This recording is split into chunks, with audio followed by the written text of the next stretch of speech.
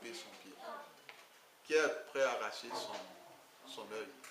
Qui est prêt à couper sa main? Mais nous sommes d'accord tous que Jésus ne nous demande pas de prendre un couteau ou bien une machette. On n'est pas des serial killers, hein, lorsqu'on commence à utiliser ces instruments. Le but, c'est quoi? Lorsque tu regardes quelque chose avec tes yeux et tu sais que cela peut te conduire au péché, détourne tes yeux. Détourne tes yeux. Détourne tes yeux de ce que tu regardes et tu sais que, attention, si je continue de regarder, je risque d'avoir des mauvaises pensées. Parce qu'au fond, quand on regarde quelque chose qui n'édifie pas, les pensées commencent par s'installer. Et lorsque le Seigneur parle des mains, lorsque les yeux ont vu quelque chose qui n'est pas à la gloire de Dieu, qu'est-ce que les pieds font? Parce que tout commence par les yeux. Hein. Vous saviez, les aveugles n'ont pas un problème de convoitise. Hein. Ils n'ont pas un problème de convoitise. L'aveugle, si vous lui donnez quelque chose, c'est ce que vous lui donnez qu'il prend. Même s'il a des sens développés, bon, il peut savoir si c'est bon ou c'est pas bon. Mais pour lui, il se contente. C'est suffisant. Les yeux. Les yeux ont vu les pieds s'engagent. Et quand les pieds s'engagent, la main achève le travail. Nous devons faire attention et nous devons comprendre la pensée de Dieu lorsque le Saint-Esprit nous parle. Qu'on le veuille ou pas, quand tu es un enfant de Dieu, le Saint-Esprit te convaincra du péché. Mais la question qui se pose, est-ce que tu l'écouteras ou pas? Alors la question que nous avons posée au départ, qui règne dans ton cœur? Est-ce que c'est l'esprit de feu, ou bien c'est toi-même, ou bien c'est un homme qui règne dans ton cœur, ou bien c'est une femme qui règne dans ton cœur? C'est la question. Dieu nous a rachetés pour la vie. Dieu nous a rachetés pour le salut. Dieu nous a rachetés pour la vie éternelle. Qui règne dans ton cœur, qui domine dans ton cœur? Est-ce qu'un être humain laissera un autre être humain diriger sa vie? Telle est la véritable question. La seule personne qui doit diriger ta vie doit être ton Dieu. Amen. Parce qu'il est ton créateur. Bien-aimé, ne laissez jamais un homme diriger votre vie. Si un homme dirige votre vie, ça peut être un homme, je dis un homme, mais homme avec grand H, parce que ça peut être une femme qui dirige la vie d'une personne. Il y a certaines personnes, quand c'est un homme ou une femme qui dirige leur vie, ils deviennent des personnes dépendantes. C'est comme l'alcoolique. Hein. Quand l'alcoolique ne trouve pas de son alcool ou bien son vin, ou bien aimé, l'alcoolique se sent mal. Hein. Il se sent très mal. Il se sent très mal. C'est ce pourquoi on parle de cure, de désintoxication. Parce qu'on se dit, bon, il a du mal. Donc on est obligé de les enfermer quelque part. Parce qu'on dit c'est pour leur bien. Parce qu'il faut qu'on arrive par des traitements à guérir la personne. Ne laisse pas un homme diriger ta vie. Quand nous prenons les différentes nations, et même quand nous prenons cette nation, il y avait, avant le président actuel, le chef de l'État actuel, il y avait un premier chef de l'État. Les gens disent, ah non, non, on ne veut plus de lui. On choisit un nouveau. Mais c'est des hommes qui dirigent une nation. Et quand on choisit le nouveau, et les gens ont dit, ah, bienvenue au nouveau. Après quelques temps, ah non, non, non, non, non, lui, on ne le veut plus. Vous saviez, l'être humain est par nature limité. 1. 2. Il est par nature faible. 3. Il est imparfait. Alors la seule personne qui peut lui donner tout ce qui lui manque pour qu'il soit illimité, c'est Dieu.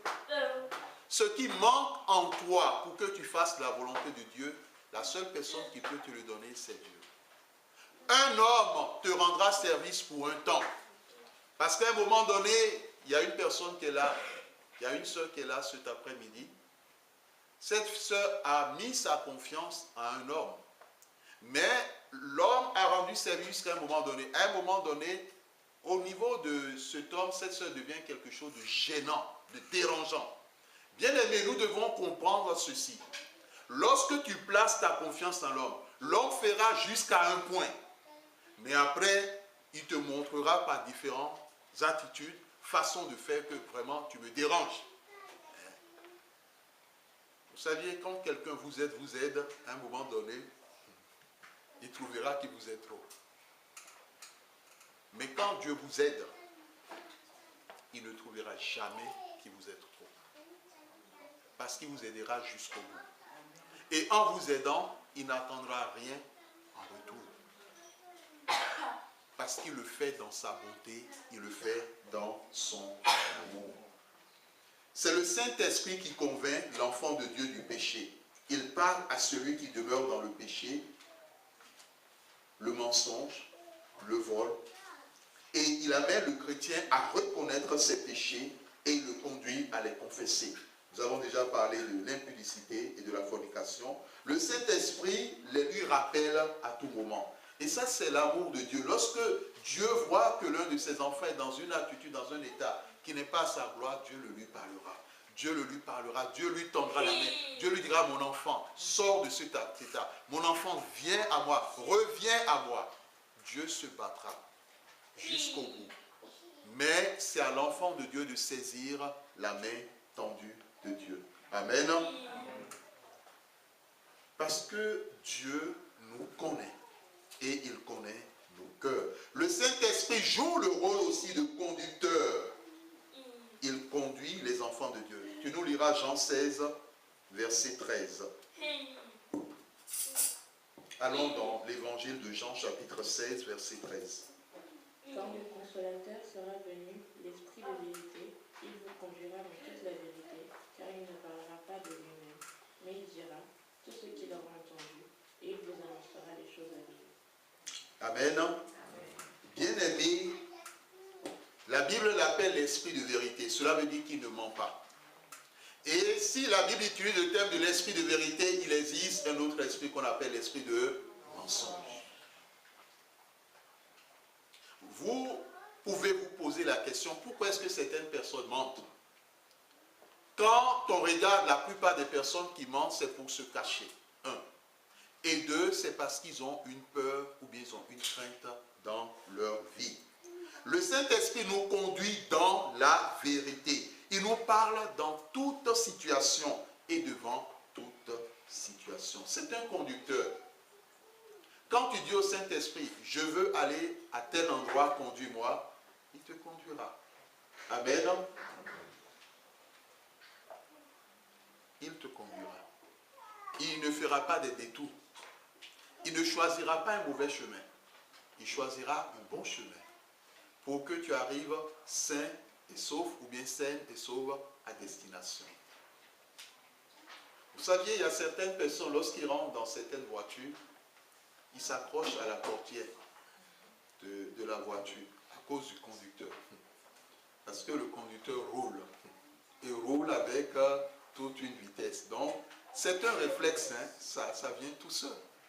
Il tient parce qu'il se dit, bon, vraiment, en tournant, la façon dont il vaut mieux que je tienne. Tout dépend du conducteur. Mais quand vous avez un conducteur en roulant, il prend son temps. Mais pas comme une tortue, on est d'accord. Il roule, les gens sont tranquilles, se disent non, tel conducteur, là où je vais, le conducteur m'y amènera en toute tranquillité. Amen. Amen. Aucun de nous n'acceptera remettre sa voiture entre les mains de quelqu'un qui n'a jamais conduit. Qui veut tenter l'expérience? À ma connaissance, personne. Bon. Sauf si la personne avait prévu arnaquer les assurances. Ah non, j'ai fait un accident dans ma voiture. Hein. Mais vous savez, le problème avec les assurances, même si votre voiture a un souci, cela dépend de quel type d'assurance vous avez souscrit. Hein. Il y a des gens qui pensent arnaquer, mais finalement, c'est l'assurance. Au fond, les assurances, c'est eux qui arnaquent les gens. Hein. Non, en dernier ressort, c'est les assurances qui arnaquent, hein, parce qu'ils prennent beaucoup. On a l'impression qu'ils donnent beaucoup, mais au fond, non. Parce que si le but d'un assureur, c'est de perdre, il ne mettra pas en place une société d'assurance. Soyons clairs et soyons conscients. C'est eux qui en arquent les gens.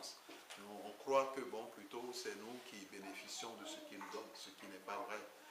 Vaut mieux avoir un bon conducteur. Tu veux aller dans un endroit, tu veux t'engager dans une situation, aie un bon conducteur. Et le Saint-Esprit est le meilleur conducteur. C'est le conducteur par excellence. Bien-aimé, il nous parle dans toute situation et devant toute situation. Tu es confronté à une situation, tu dis, Saint-Esprit, vraiment, j'aimerais que tu m'éclaires. J'aimerais que tu me parles. J'aimerais que tu interviennes. J'aimerais que tu te manifestes. Et vous verrez. Et vous verrez aussitôt, vous verrez, Dieu fera quelque chose d'extraordinaire. Et vous-même, en retour, vous ne pourrez que dire merci à Dieu parce qu'il s'est manifesté. Tu veux aller dans le cadre d'une démarche administrative, tu dis, Saint-Esprit, précède-moi, j'aimerais que tu ailles. Pourquoi est-ce qu'il faut le faire? Parce que certaines personnes, quand ils vont dans certains endroits, il y a des puissances ou des esprits obscurs qui les suivent. Et quelquefois, comme ces esprits ont entendu à travers les conversations que les personnes vont dans tel endroit, ils les précèdent pour aller semer la cacophonie, pour aller semer des obstacles, des blocages dans le lieu. Et ce qui fait que les personnes vont et sont confrontées à des obstacles.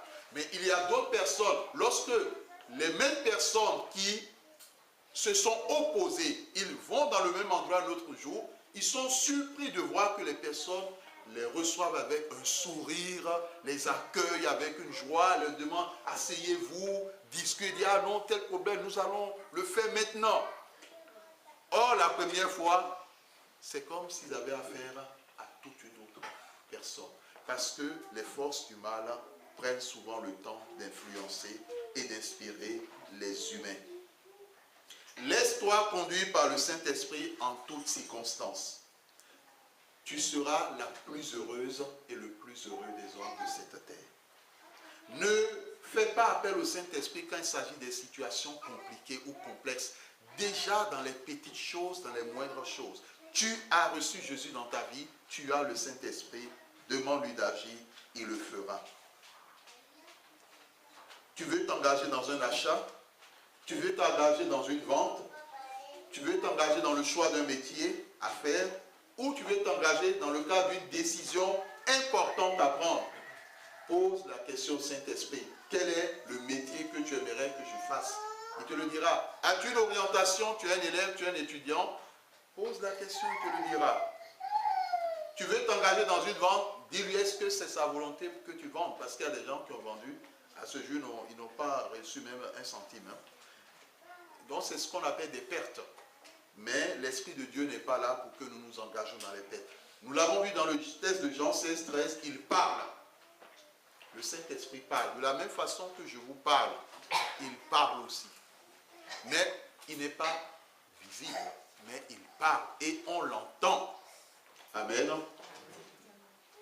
Il parle et on l'entend. Amen. Amen. Ce que nous disons est très important. Je me rappelle lorsque j'étais encore étudiant, ce jour-là, j'ai pris ma douche, j'étais dans la chambre et le Saint-Esprit me dit, va à l'université. Parce qu'aujourd'hui, l'on est en train de payer les bourses des étudiants. Parce que ce n'était pas le moment. On se dit, bon, ce sont des programmations.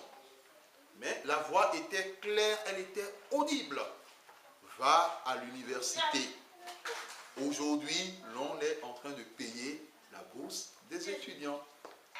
Et quand on paie les bourses, il y a des années, soit c'est première année, deuxième année, on fait des classifications. Mais la veille, il y avait déjà eu la première année. Nous, on était en deuxième année à l'époque. Et donc, le jour en question, c'était le jour où on devait payer les boursiers de la deuxième année.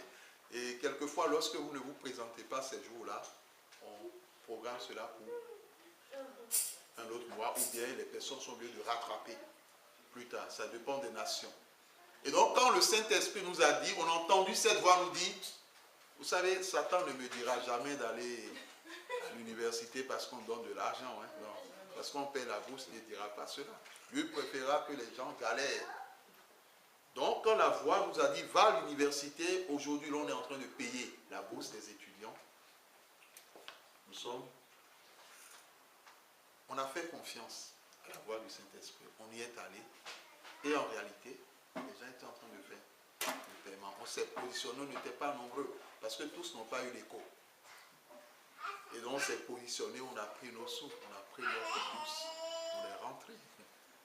Bien aimé, le Saint-Esprit veut faire trop de choses avec nous. Mais il faudrait que nous vivons cette intimité avec lui. Amen. L'intimité avec le Saint-Esprit. Dans toute chose, toujours étant étudiant, on avait une session à l'université. Parce qu'il y avait des grèves à répétition. Et il fallait une session, et pendant une session, quand c'est une session, si vous ne validez pas, vous perdez l'année. Il fallait apprendre les cours, il fallait se préparer 2 semaines avant les examens. On a commencé à réviser 1 semaine avant les examens. Mais chaque fois avant de réviser, nous prions. Et nous disons au Saint-Esprit de nous permettre d'apprendre les choses qui sortiront le jour de l'examen. Vous saviez, les programmes à l'université sont des programmes denses. Quelquefois, vous vous retrouvez avec 13 matières. Et quand on prend le tout, c'est complexe. Et quand on apprenait, j'ai déjà donné ce témoignage, quand on était devant un chapitre qui devait sortir, l'Esprit de Dieu nous permettrait de maîtriser. C'est comme si on avait une mémoire exceptionnelle. On apprenait, ça entrait, ça se passait bien. On comprenait en profondeur. Et quand on se retrouvait sur un chapitre qui ne sortira pas, on commençait à bâiller. Il y avait un sommeil qui venait là. Mais au départ, on n'avait pas compris que c'était la façon dont l'Esprit de Dieu voulait nous faire comprendre que ça ne sortira pas.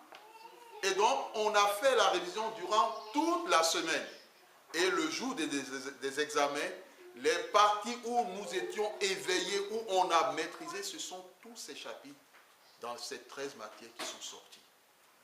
Et on a eu une très bonne moyenne. Et donc, on n'a pas perdu l'année.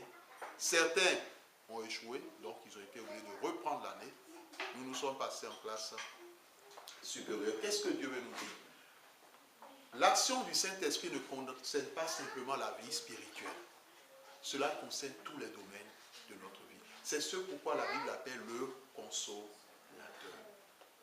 le conducteur.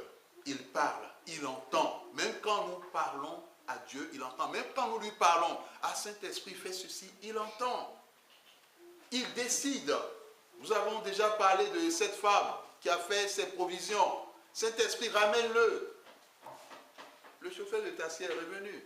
Donc, si le Saint-Esprit n'avait pas entendu, il n'aurait pas ramené le chauffeur de taxi. Donc, il nous entend. Que ce soit pour nous, que ce soit pour nos enfants, demandons au Saint-Esprit d'agir. Avons-nous constaté quelque chose dans la vie de notre enfant où nous voulons que Dieu puisse enlever cela de son cœur? Demandons au Saint-Esprit d'agir. Il le fera. Dieu n'est pas un menteur. Que le Seigneur bénisse sa parole dans nos cœurs. Amen. Amen.